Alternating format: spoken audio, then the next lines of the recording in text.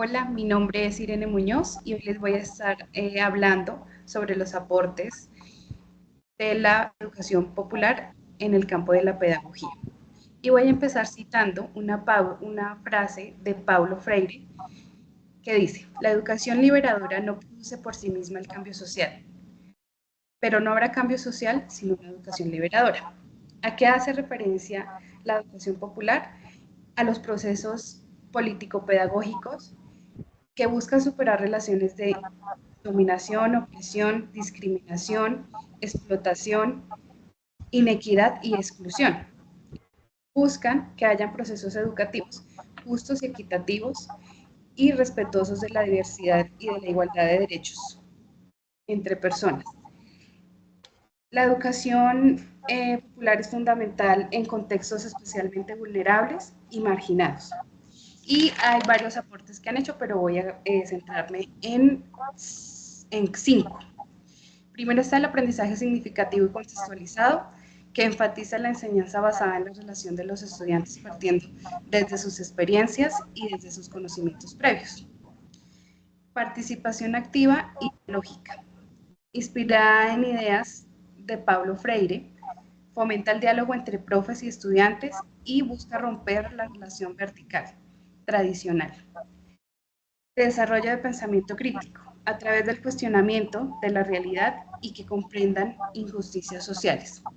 Pedagogía de la liberación con un enfoque emancipador, ayudando a reconocer su potencial a los estudiantes para transformar su entorno. Y por último, reconociendo los derechos comunitarios, valora el conocimiento construido en la comunidad, integra cultura, lenguas indígenas, costumbre y formas de aprendizaje locales y comunitarios. Mi compañera Catherine continúa con más aportes y temas. Mi nombre es Catherine Vuelvas y voy a estar hablándoles de la característica del método de alfabetización de adultos que propone Paulo Freire. En esta actividad nosotros nos piden dos características. Entre esas tenemos el enfoque diálogo y participativo, la cual Freire propone que la alfabetización no sea un método mecánico, no sea una memorización de palabras, sino que él propone que sea un diálogo entre el educador y el educando. Ahora, esto se basa en esa interacción y esa construcción conjunta del conocimiento, en donde el participante o donde la persona que va a adquirir ese aprendizaje pueda reflexionar y a través de eso pueda transformar la realidad. Un ejemplo claro es como, por ejemplo, si nosotros enseñáramos a unos campesinos.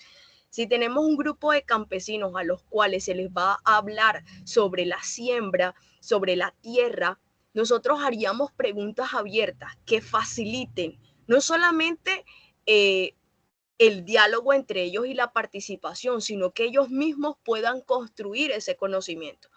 A través de la experiencia, podemos decir que nos cuenten una experiencia que ellos hayan tenido con sus siembras, con sus cultivos, con la cosecha, ¿sí? Ahora, otra característica y no menos importante es la concienciación y vínculo con la realidad social.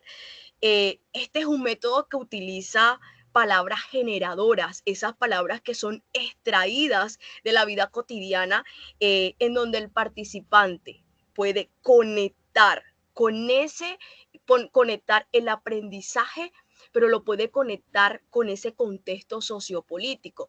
Muchas veces el docente tiene que traer esas palabras de pronto de acuerdo a donde esté enseñando para que la persona lo pueda relacionar y pueda entender cómo es su contexto sociopolítico.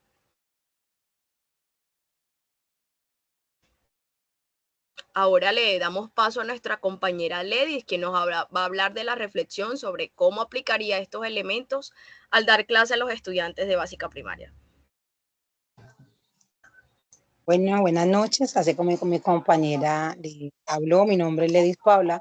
Hoy voy a hablarles de cómo nosotros vamos a traer estos elementos que nos habla Paulo Freire en nuestra aula de clase.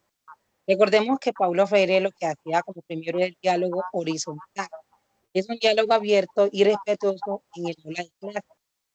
Y esto busca un ambiente donde los estudiantes puedan preguntar, puedan hablar, expresarse de esa manera. Entonces, como primero lo que tiene que buscar el docente es mirar ese espacio donde él pueda traer el tema y todo sea, eh, cada quien de pronto respete las palabras que habla su compañero.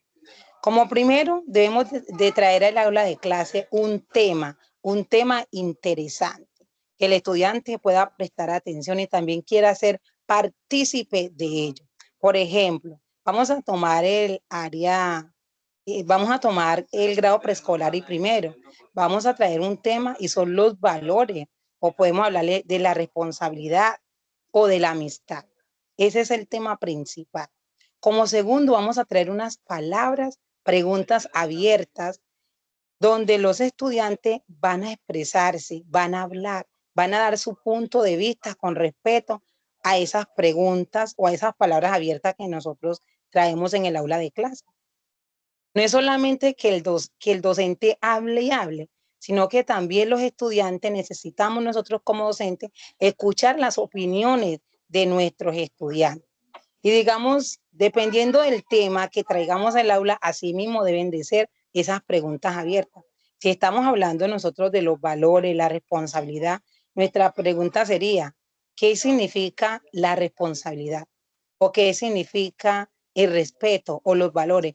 Es algo muy genial para traernos en el aula para que algunos participantes de pronto comiencen a socializar con su otro compañero y también puedan hablar y dar su punto con respecto al tema a tratar.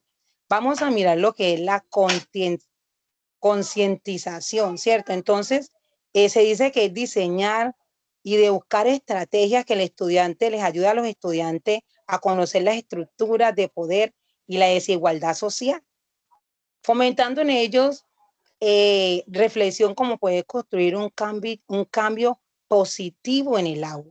Muy interesante también que el docente sea una persona que le dé participaciones a los estudiantes. Ahí vemos lo que es la participación activa, incorpora actividades prácticas que involucran a los estudiantes en su aprendizaje. Podríamos incluir lo que son las investigaciones, los debates, y cosas interesantes donde ellos puedan hablar y puedan expresar sus ideas con respeto a lo que ellos investiguen.